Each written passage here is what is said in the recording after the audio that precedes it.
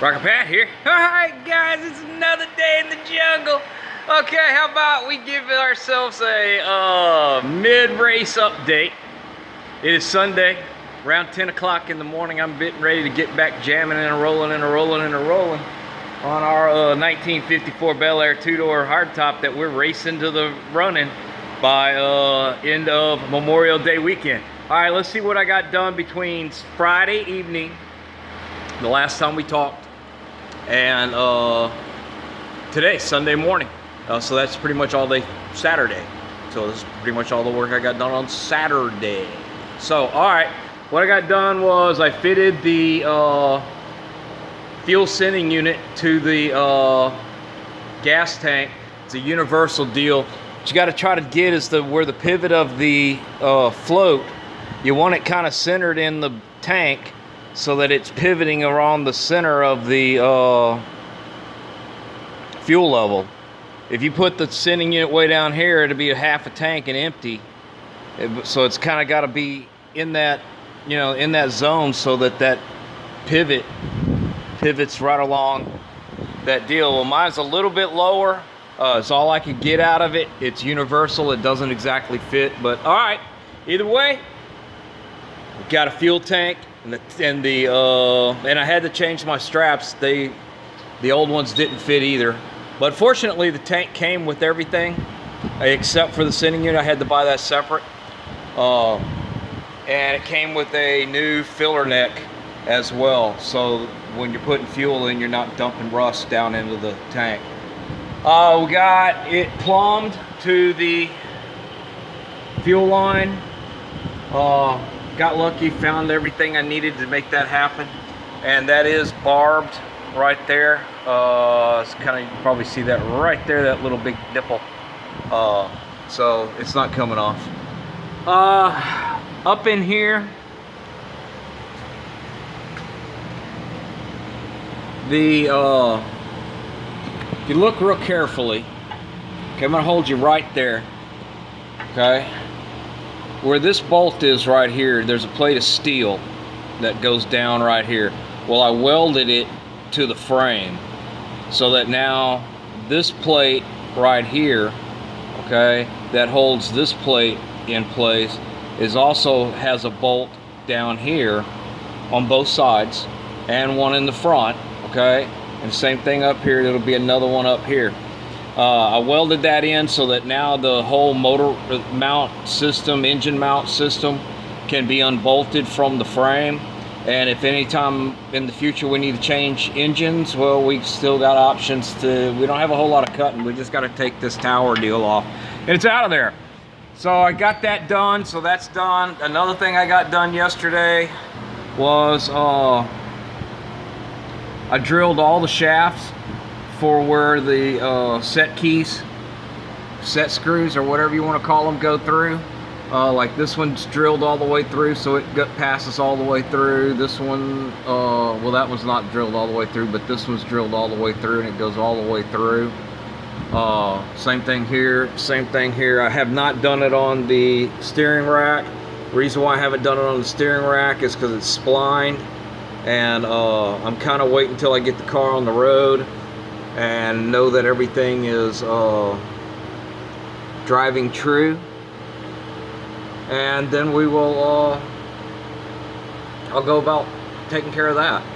You know what I mean? We'll get that done. But anyway, all right, that's what I got done over here on the chassis, and I think the chassis is done. Yeah, I put that on there too. I got that Eastwood brake line flaring tool. Great tool, great tool, great tool. That's everything I got done on the chassis, and I think the chassis is now ready to accept a powertrain. So let's go see what I got done on the powertrain. Been working on crackheads problems over here. First thing I did was on the starter issue, I took my cutoff wheel and I ground that so that that bolt will sit flush. Okay, so now it's sitting in there flush, and I can get it tight. And then what I did, because there's still a chance of it rocking back and forth this way, because it doesn't have the knurls that go right down in here in this bottom part of the starter to keep it lined up. So there's a lot of movement in this. If you just loosen it just barely, there's still a lot of movement. So there's a lot of movement that no matter how tight you get either one of these, you know, the engine kicks back or whatever, you could end up with a starter kicked over an alignment out of whack down here in that zone. So what I did to try to help that was I made this bracket coming off the back of the starter, and it'll go over here to the oil pan, and yeah, it's going to be nice, and I think it's going to be nice and tight with that. That's going to help quite a bit. And if it doesn't, it is what it is. Yesterday I got new freeze plugs put in the engine, all of them but the ones in the back, and that's because I've got it on the engine stand and can't really access them right now. I'll change those once I flip it over, and yeah, crackhead. Once I flip it over and get it swinging on a chain, I'll fix that. So what I got left to do today is today's jobs: change fuel pump, put the water pump on it, dress it, take all those parts right there and make them go bing and be on this, and take that and move it over there into that hole and put it in place. Transmission wise, yesterday I started bending my cooler lines.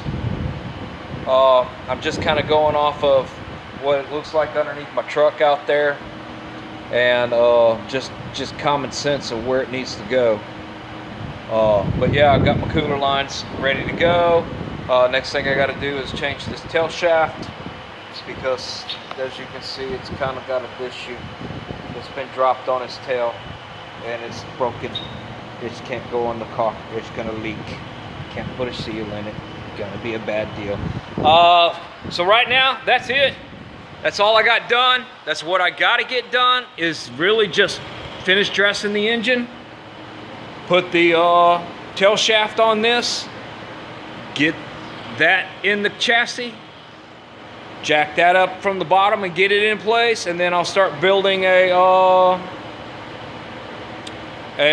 cross member issue. See if I got this one cross member thing that was already on the car, and I'm hoping I'll be able to use it. We'll see. But if not, then I got to build something.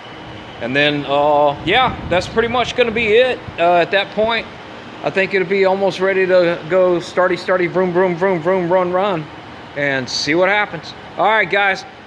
Well, I got work to do, and y'all got other things better to do than listen to me ramble. So I'm going to let y'all go, and y'all keep rocking and a rolling and a rolling and a rocking. I'm going to keep grinding it down. Talk to y'all next time.